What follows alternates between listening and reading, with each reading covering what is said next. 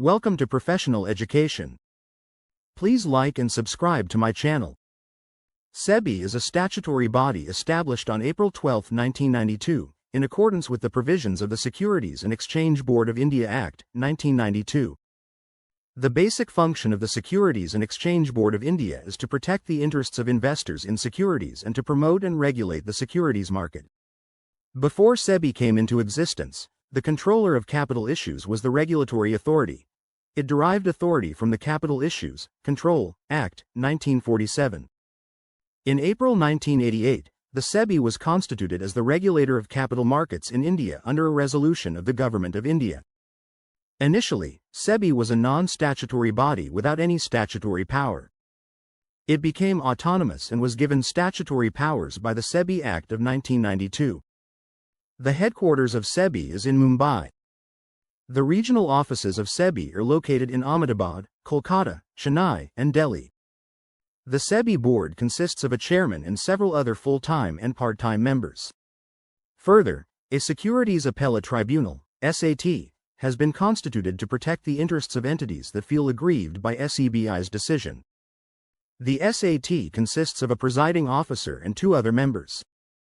The SAT possesses the same powers as a civil court.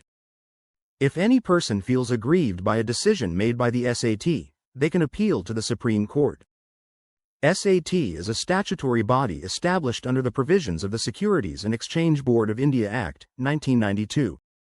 It is to hear and dispose of appeals against orders passed by the Securities and Exchange Board of India or by an adjudicating officer under the Act and to exercise jurisdiction, powers, and authority conferred on the tribunal by or under this Act or any other law for now in force.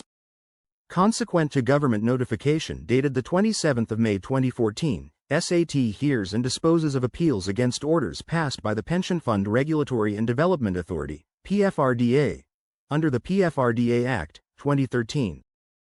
Further, in terms of government notification dated the 23rd of March 2015, SAT hears and disposes of appeals against orders passed by the Insurance Regulatory Development Authority of India, IRDAI, under the Insurance Act, 1938, the General Insurance Business, Nationalization, Act, 1972, and the Insurance Regulatory and Development Authority Act, 1999, and the rules and regulations framed thereunder.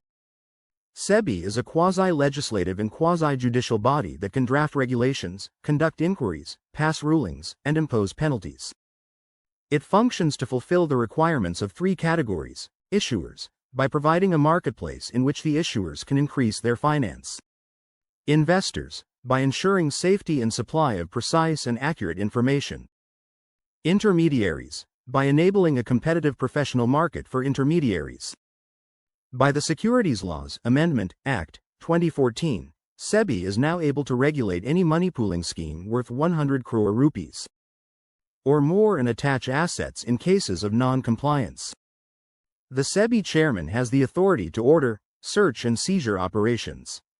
The SEBI board can also seek information, such as telephone call data records, from any persons or entities in respect to any securities transaction being investigated by it.